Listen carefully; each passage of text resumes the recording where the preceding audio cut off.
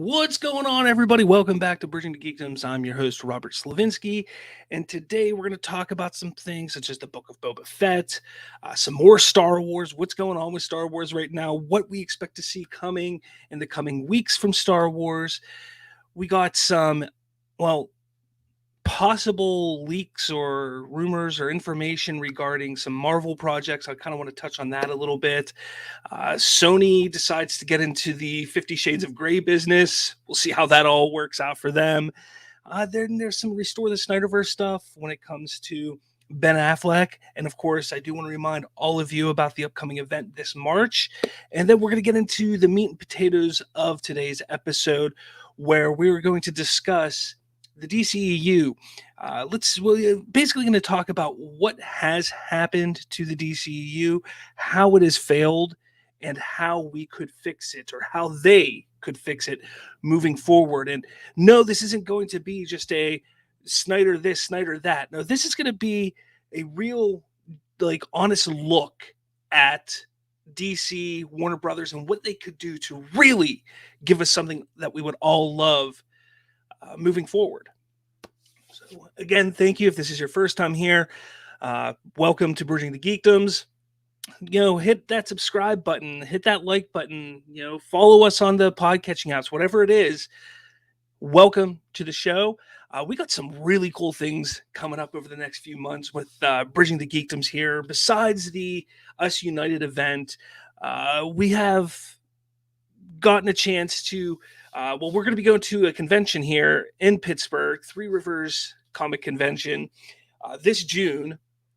So if any of you out there plan on going to the convention, try and find us, stop by, say hi. We'll be wearing our t-shirts, say Bridging the Geekdoms on it. We're going to be looking for people to interview, whether it's cosplayers, artists, comic book creators, whatever it is. We want to interview you for our show and as well for the Spoilerverse Network and possibly Spoiler Country. So I'm really, really looking forward to doing this. It's going to be the first convention that we get to go to in an official capacity, in a way. So Colton will be going with me. I think it's going to be a blast. I can't wait to do it. So hopefully you enjoy everything that comes from that. But again, that's not going to be till June. I am still working on, there is another convention in Pittsburgh that I'm trying to get access to.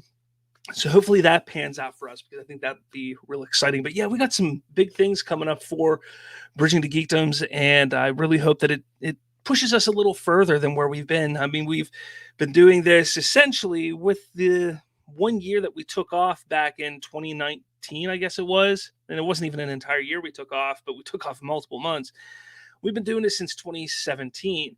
So I'd really love to see us push forward and get further along with all of this. And last year, 2 years now, almost year and a half plus, I kind of ventured into the YouTube side of things and wanted to see how that would all play out and how it would treat us. And I'm going to continue doing it. I've had a lot of fun doing this. So if you are somebody who just listens to us on your podcatching apps, head over to our YouTube, Bridging the Geekdoms. Follow us there if you want to watch me on screen. And sometimes I have guests, watch our interviews, all that stuff. It's a good time here. It really is a good time.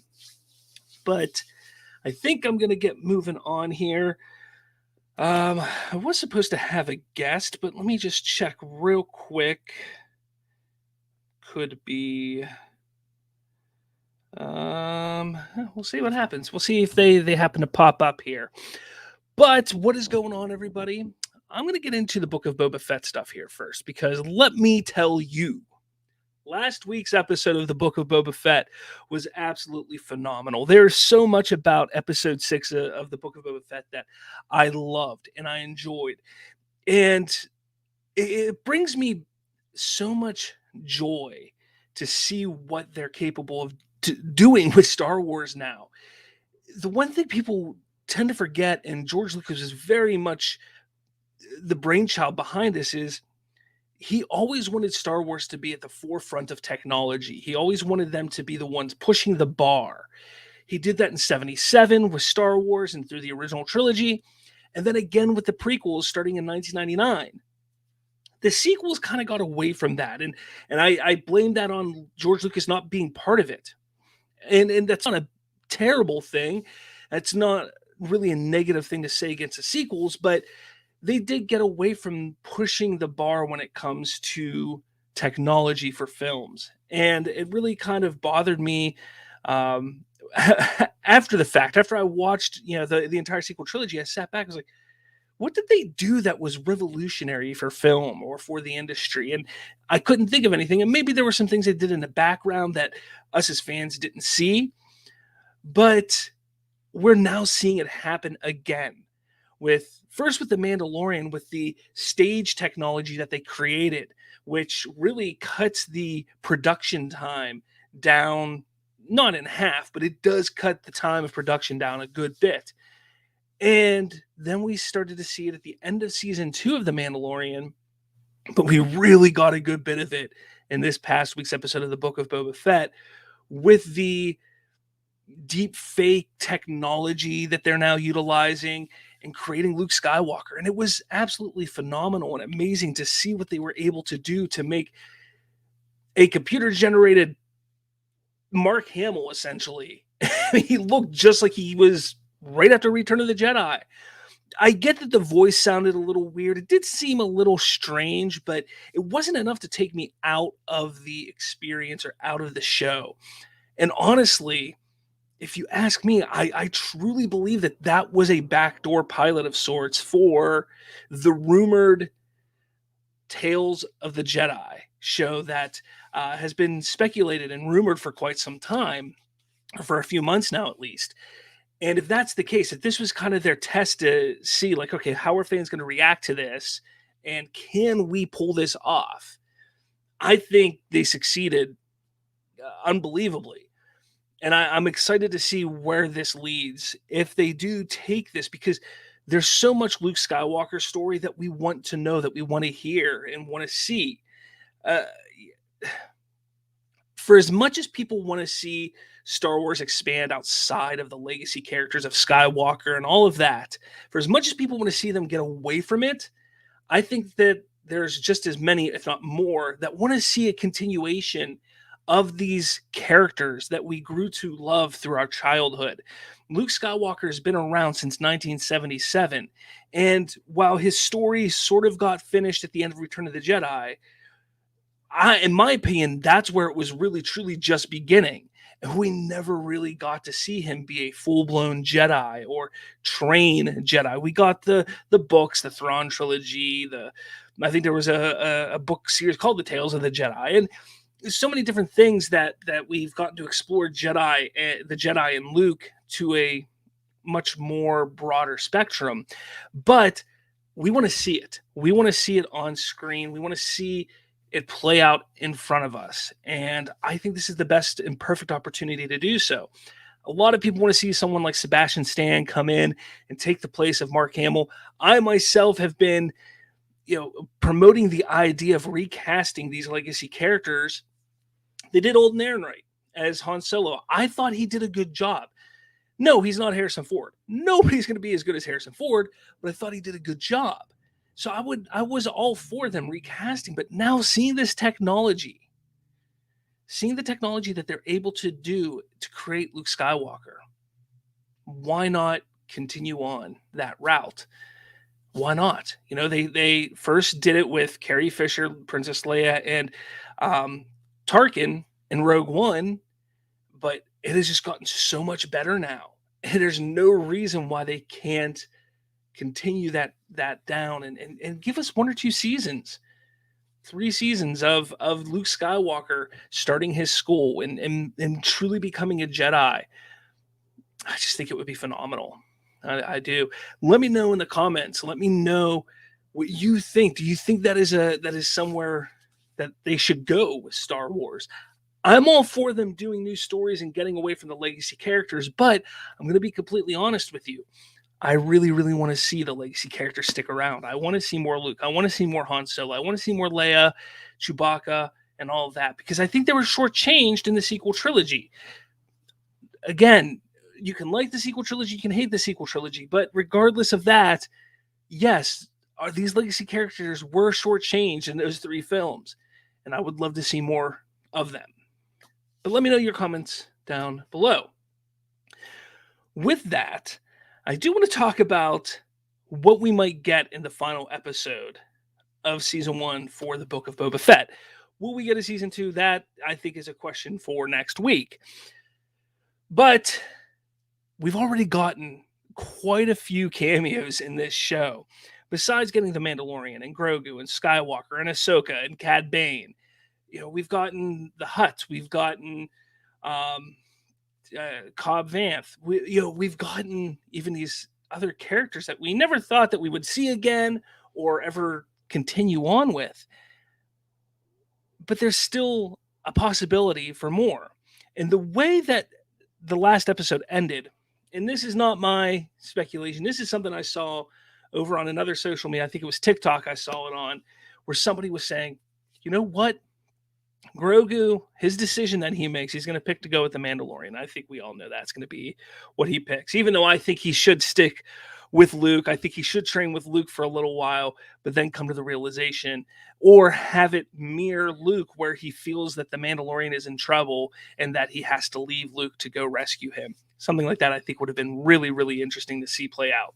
But he's going to pick the Mandalorian. And a lot of people think he's going to pick the Mandalorian in this upcoming episode, and that he's going to have to find a way to get to the Mandalorian on Tatooine. And a lot of people are speculating that Luke, for whatever reason, is going to not be the one that can take him there, but he will have Han Solo take him in the Millennium Falcon. I think that's a really cool theory, an idea, if that's how it plays out. But I only want that to play out if that plays out in this episode, in this setting.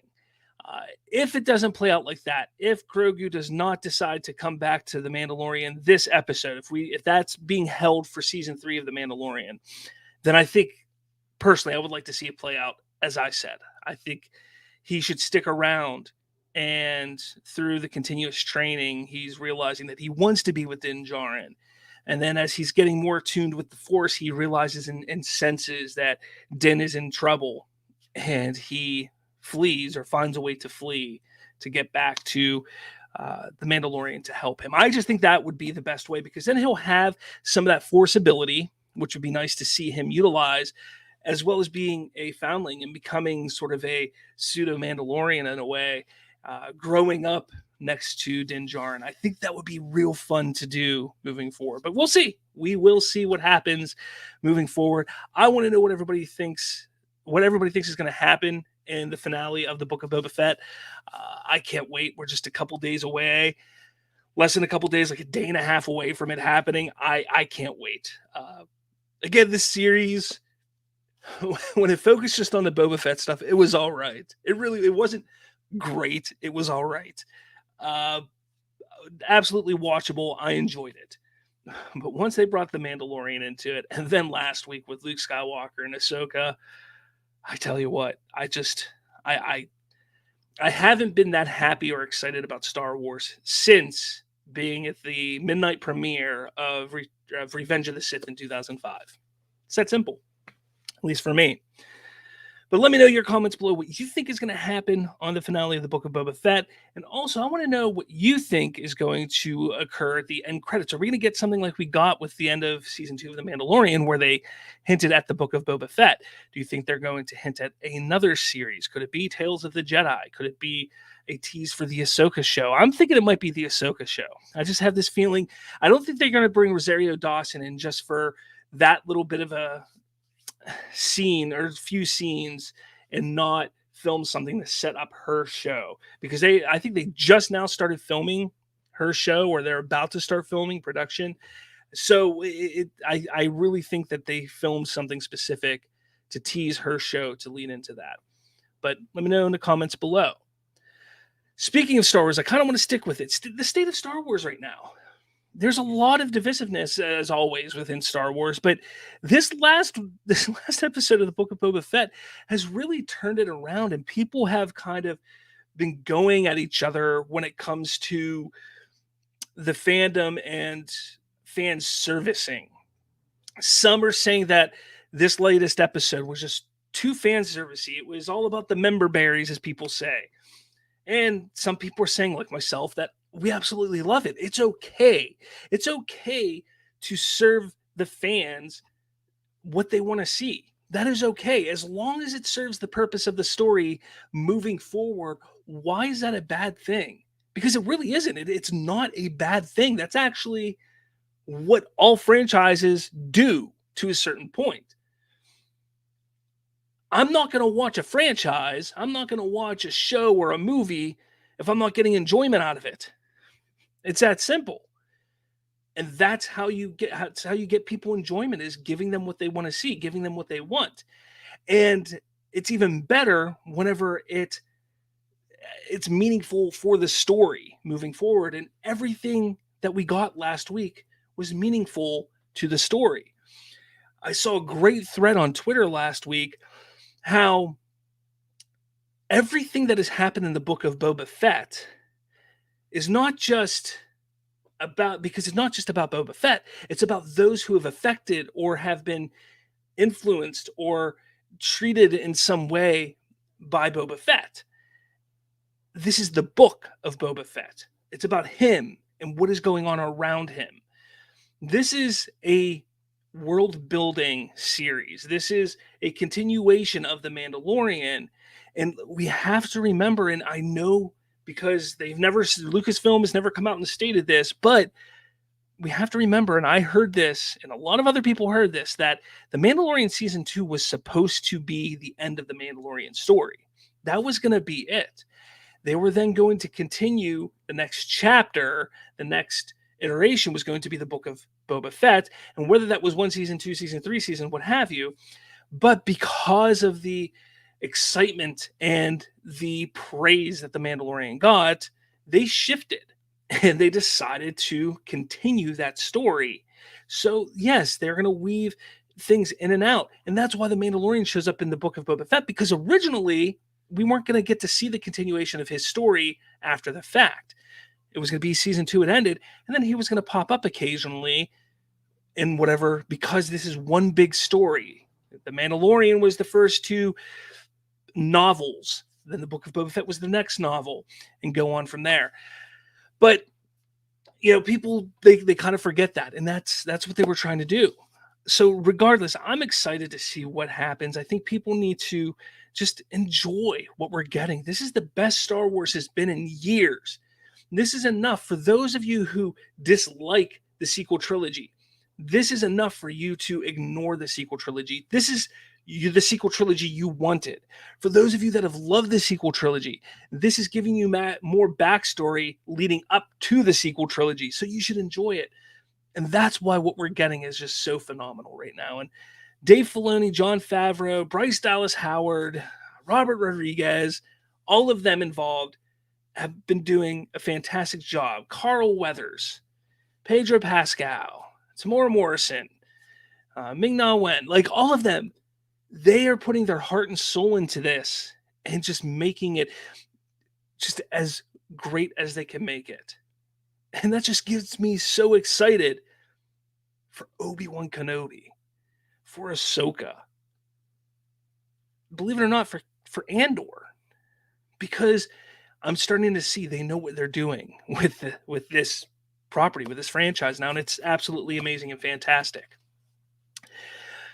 Speaking of Obi-Wan, rumor has it that we could be seeing a trailer, or at least a tease, for the upcoming show, either Super Bowl Sunday or the week around Super Bowl Sunday.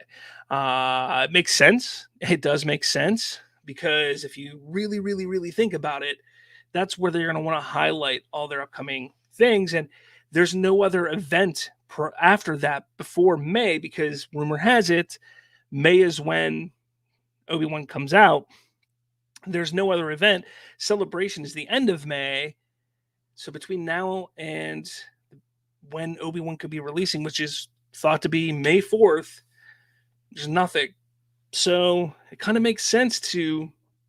This is the most anticipated Star Wars project since the sequels, and I don't know if Lucasfilm quite grasped that yet. People have been wanting this for years, so I think we're going to get some kind of teaser trailer at the Super Bowl. I do. I think that's when it's going to happen. But make sure you stick around here because I will be discussing it when it drops for sure. Speaking of the Super Bowl, another rumored, I guess, trailer that we might get is a new Doctor Strange 2 trailer. It's being rumored that we're going to get a new look at the upcoming sequel, the highly anticipated sequel, and I'm excited. I really am excited for this movie. The other trailer that we got at the end of No Way Home, I thought was all right. It wasn't great, but I can't wait until we see the movie and see all the surprises, because there are some big surprises that I've heard about, that I'm excited about, and I think it could be a lot of fun. It really could be. Staying with the Marvel Cinematic Universe, it seems that Ms. Marvel is going into some additional photography / reshoots. She was recently seen, what's her face? I can't remember her name, the newcomer who's playing Ms. Marvel. She was recently seen in costume on set, so they are definitely doing some reshoots. That's fine. I mean, they're treating these shows now almost like films, where they're shooting them, filming them completely, and then going back, editing, and then putting them out. That's kind of what it seems like they're doing. Yeah, they are in some cases getting different directors per episode, but they're still treating it like a film when they're looking at the overall picture. So it'll be interesting to see how that show turns out. It definitely is being said that it's focusing much more on a young adult or preteen, early teen audience. I'm still going to check it out to see how it is. It's Marvel. I mean, and it's going to connect to the overall universe. So yes, we're going to want to watch it and see what they do with it and see how it all plays out. Next thing, Sony, as I said, decided to get in the 50 Shades of Grey business, which I think is hilarious because, well, they cast Dakota Johnson, that's her name, if I'm not mistaken, as Madam Web. Now, I'm going to pop this up here. Dakota Johnson. This is from Inverse. Now, Sony has cast the lead in another of its planned Spider-Man movies, one which will bring a powerful and exciting comic book character to life on screen in a way most fans probably didn't expect. According to Deadline, Sony has officially cast Lost Daughter actress Dakota Johnson as Madam Web in a standalone film centered on the character. The project will be directed by S.J. Clarkson, who did Jessica Jones, and position Johnson's Madam Web to a Doctor Strange-esque figure in Sony's Spider-Man universe.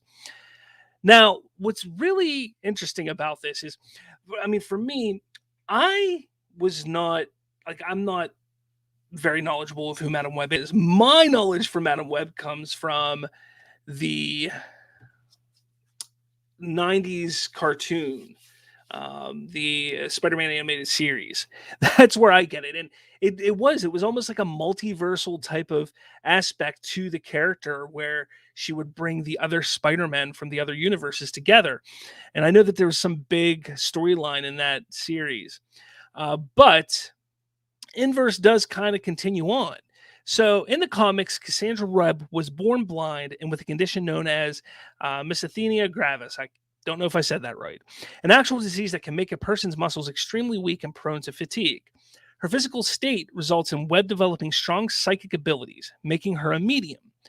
When she's an adult, she first meets Spider-Man by using her psychic powers to help him find some criminals he's after, only to later reveal to him that she's aware he's secretly Peter Parker.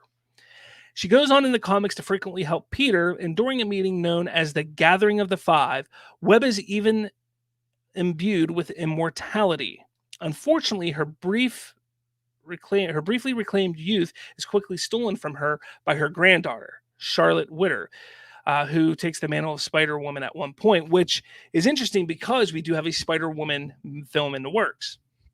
Additionally, despite being gifted with immortality, Webb has died not just once but twice in the comics. The first time was notably at the hands of Kraven the Hunter's wife. Again, interesting because we're getting a Kraven the Hunter movie. Now, it's worth noting that the comics almost always depict Madam Web as an elderly woman, which makes Sony's decision to cast Dakota Johnson in the role unexpected, to say the least. The choice implies that Johnson's Madam Web may be more involved in the action than the character is in the comics. Although the reports saying that she'll serve as the Doctor Strange of Sony's Spider-Man universe also suggest she'll be the mystical, mysterious figure on screen that fans know her to be. So that, to me, I mean, I don't see it. I don't see how they get this right here or right there, that right there. I don't get how they get that to being Madam Web, but again, we'll see. We'll see how it all plays out. It should be interesting nonetheless, because, well, we're getting more Spider-Man content. And believe it or not, it seems like Sony now does have a plan. And there is some speculation and rumor that Sony and Marvel have worked out a deal where Kevin Feige is going to kind of sit in the background and help them along with their Spider-Man universe, as long as they get to share characters every now and again. So it could work out in everyone's favor. It really could. I mean, it could work out big time for Sony, and it could add some characters to the MCU moving forward, which I think a lot of people would really, really enjoy a good bit. All right. So next up, as always,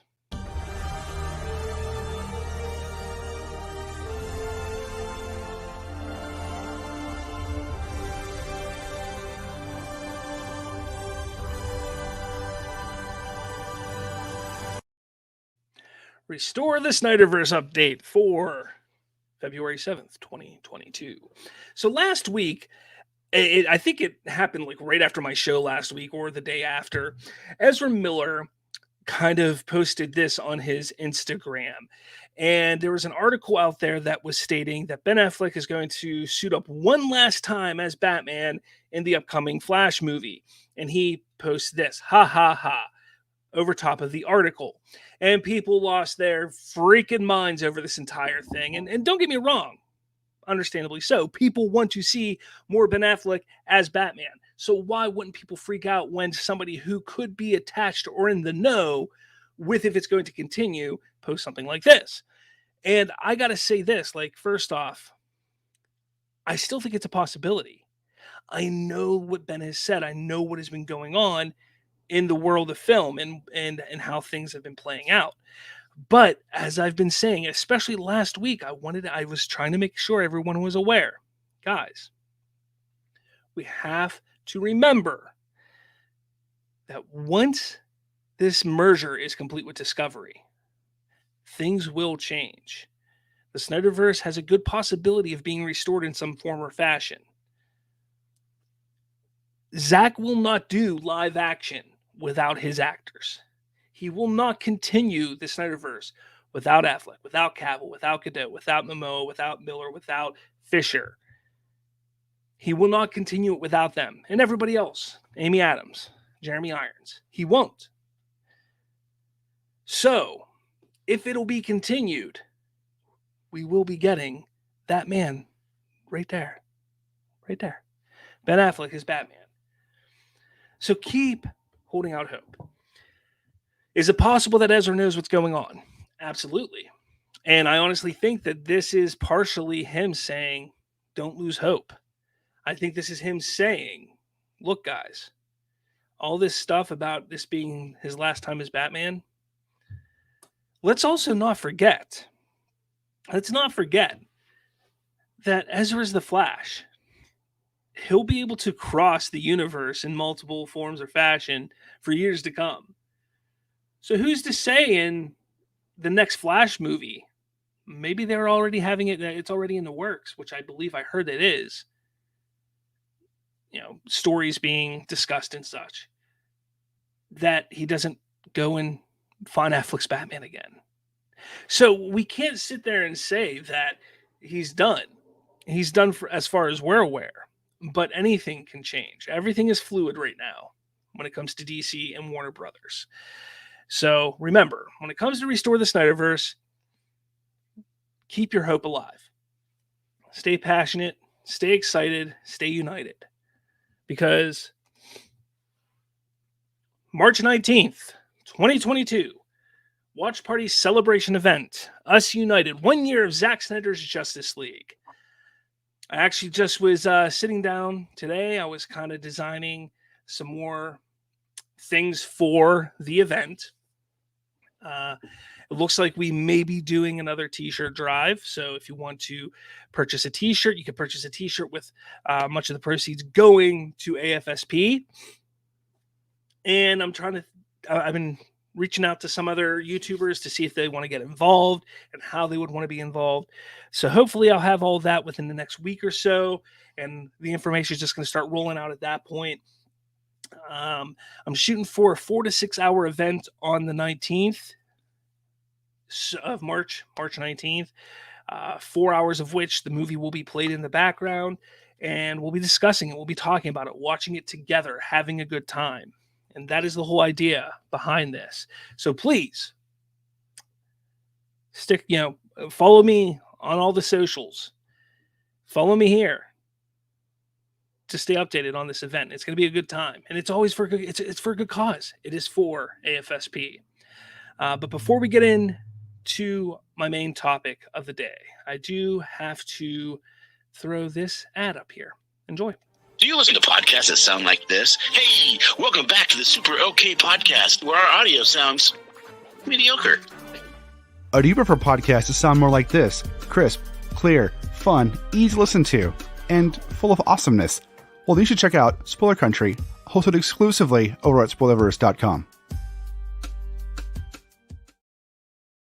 Yeah, that's my boy John and Kendrick over there doing Spoiler Country at the Spoilerverse Network. I am part of the Spoilerverse Network, so make sure you check out that network for so many great shows: Misery Point Radio, Bridging the Geekdoms, Spoiler Country, Narrative Gunslingers, and so much more. So make sure you head to Spoilerverse.com for all of that.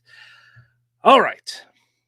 Well, I guess my guest will not be joining me today. I sent him the link. He said he was going to join. But it doesn't look like he's coming, so that's all right. That's okay, because I am going to discuss DC and what has happened to DC films and how we can fix it.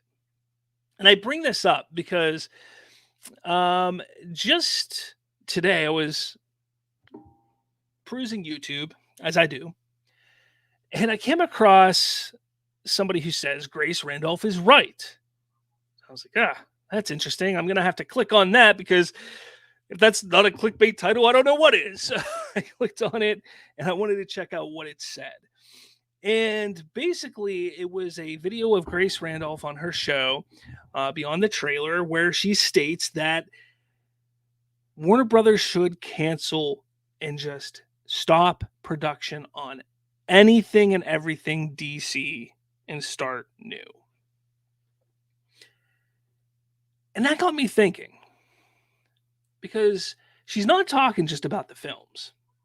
She's not talking just about HBO Max or CD. She's talking about all of it. Every single aspect of DC and Warner Brothers. And she's not wrong. She's not. Look, I'm excited for the Flash movie. Maybe not as excited as I would have been had it stayed connected to what Snyder was building. I'm excited for the Batman movie as much as I can. For some reason, I just can't get excited for that movie. I want to be so bad. I love Batman. I just can't get as excited as I want to be for it. I'm interested to see Black Adam, Shazam, Fury of the Gods. But here's the thing. At this point in time, we have no idea how it's all working out, how it's all going to fit together. I have no idea on any of that. And I just don't know. Let's see how this works.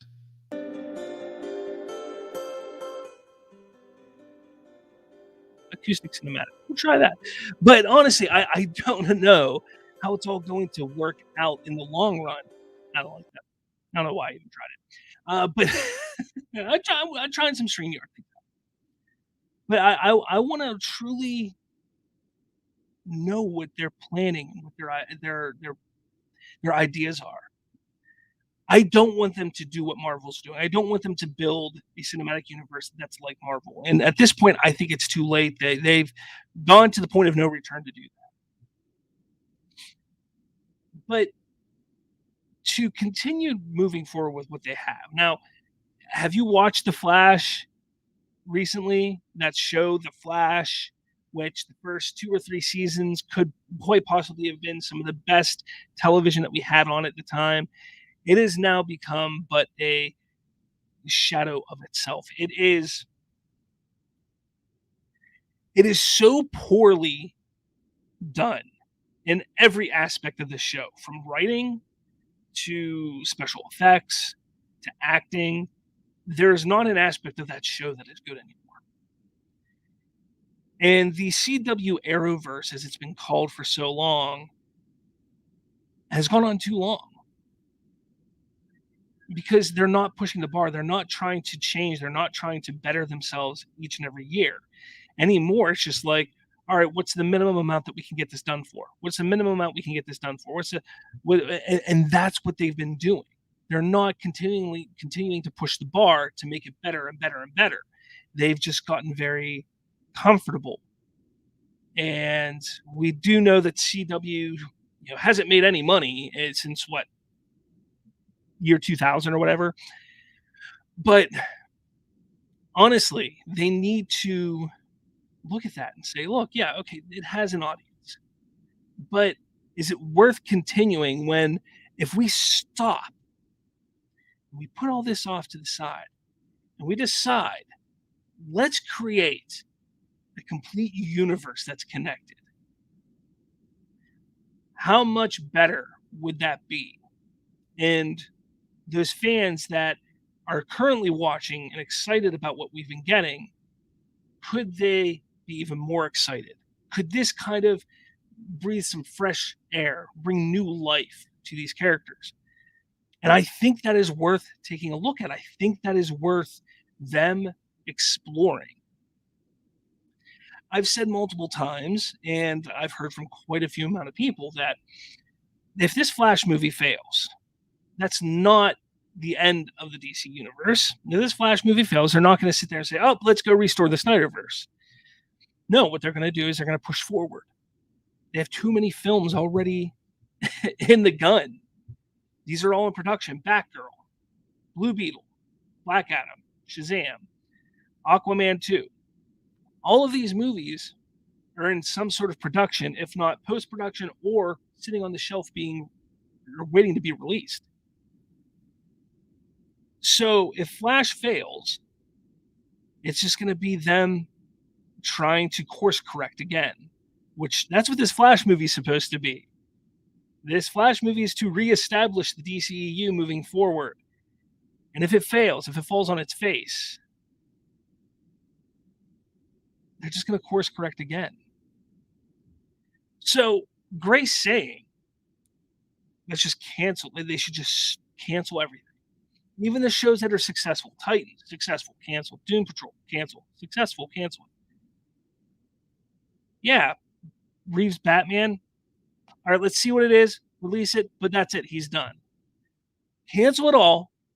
Start fresh. I don't hate the idea. I don't. Now, how would I go about continuing on and creating a big universe and starting brand new, fresh and new? Well, if it were me, if it was me, I would sit back and say, okay, I don't want to do what Marvel did. Marvel did a hell of a job. 12 years has created and a cinematic universe that, while is a little convoluted and has some plot holes, is impressive. People love it, but I don't want to do the same thing. I think what they should do is explore the multiverse angle. And I've said this on previous shows. You get a director, Christopher Nolan, I don't know. I think of a director, Matthew Vaughn, whomever. You say, hey, pitch us what you want to do for DC-related film. He comes back and says, I'd love to do a Superman film. Okay, cool. Hey, Christopher Nolan, you want to do another DC film? Oh, I was thinking I'd love to do a Condiment King film. All right, pitch it to us. And allow these directors to all pitch everything. And let them do their own thing. Let them, if a director has an idea for a 4 or 5 film arc, see if it'll work on HBO Max. See if it'll work better as a film. And let them go. And then you'll have all these little pockets of the multiverse being built at one time. Oh, one time we could have 4 Supermen on different movies. Why the hell not? Why not? I know that people say confusing. It would confuse people. Look, we got 3 Spider-Men in a movie just a month and a half ago. Ain't nobody confused about that. We're about to get 3 Batmen this year on the big screen. I don't think anybody's going to be confused about that. So when you really think about it, I think they need to attack the multiverse angle. Attack it. Own it. Own the multiverse. Because that, I think, is what's going to give them success and bring success to them moving forward. Whereas Marvel, yeah, they're diving into the whole multiverse aspect right now. Spider-Man, Multiverse of Madness, but Loki. But this isn't going to be a long-running thing within the universe. Eventually, whether it's after Multiverse of Madness or 2 or 3 more films down the line, that's going to be it. Then what you do, once you have these other things going on, you take a look and see which one's the most successful. People really love that Superman over there. That Batman over there. Okay. Let's bring them together. Let's get our world's finest film out there. But we're going to cross the multiverse. And you have a Lynch. You have somebody who can bring that all together, and that's the Flash. And believe it or not, I'm sitting here saying that the Flash character, should kind of be the anchor of the DC film universe. And he would be the one that is your entry point to all of these different universes. I just think it would be, as long as it's executed well, because of how hectic and crazy it would need to be handled well. But it would give us something that we were not expecting and give us the opportunity to explore characters in different ways. See a Calvin Ellis Superman, or see a Kara Supergirl, being the main super being in a planet. Take a look at Owlman. I mean, you could bring all these different characters, all these different iterations and different types of characters that we've seen in the comics, and you can bring them to life in this form and push forward. And again, it seemed like for a while DC was going to do that. They had J.J. Abrams working on a Justice League Dark franchise. Is it still in the works? Who knows? We haven't heard anything for almost 2 years about this. But he was working on that. You had the possibility to continue Snyder's stuff on HBO Max. You have Matt Reeves doing his thing. And then you had DCEU, the main continuity timeline going forward. But then everything got convoluted again because they're like Batgirl, Blue Beetle, this, that. And it just, none of it seems to be coming together or melding at all. And to me, that's disappointing, because I think it would be phenomenal for them to find a way to just restart all of this. And I think the only way to truly do that is to just stop. Just start brand new and fresh, move forward. And for those of you who are big Snyder fans, that doesn't mean that can't be done. That is always going to be an Elseworld story. So if they wanted to, if this was even possible, they could still greenlight Snyder's stuff over to the side. Let him finish his thing over there, because that would just be an extra arm of the multiverse in a sense. And again, I'm not saying that it's the best idea. I just think at this point, when you have fans so divided, when you have fans just attacking each other on a daily basis because your company is just too damn poorly managed to do anything worthwhile, maybe that's what you should do. Maybe you should sit back and say, well, we really flubbed this one up, huh? Yeah, we started in 2013, couldn't get anything off the ground. Well, let's try again. We tried for 10 years, let's try again. There's no shame in that. And honestly, I think while people would have been upset had they announced something like this 2 or 3 years ago, I think people would have been upset. I think people would have appreciated it a bit more and quite possibly would have respected Warner Brothers a bit more for noticing, like, look, we effed up. We effed up. That's all I ever want. That's all I've ever wanted them to come out and say when it comes to everything DC is. We effed up, because they did. And whether it was the old regime that left when AT&T took over, or if it was the new regime that took over when AT&T came in, regardless of who it was that screwed it up, just to take ownership and say, we screwed up. Let's fix this. Let's do better. I think that would go a long way in really just kind of giving fans hope that the future is bright for DC. And, you know, I don't often agree with what Grace Randolph says, but she is spot on. And, you know, she seems defeated about it, just as a lot of other people do who are fans of DC. I know I'm defeated, and I think that's partially why I can't get excited for the Batman, or I can't get excited for Aquaman or Batgirl, because we've been bamboozled, we've been led astray so many times, and thinking we're going to get something great, we're going to get something amazing, and then it just never pans out, or it's complete trash. And that's what I'm afraid of, because I don't want that again. I don't want to sit down and be all excited for the Batman, and for them to just turn around and say, you know what, Reeves, we want to take control. We didn't like what you did here. And then Reeves is like, you know what, screw you guys. And he walks away, and there's no more continuation of what he was building. And believe it or not, I am worried about that.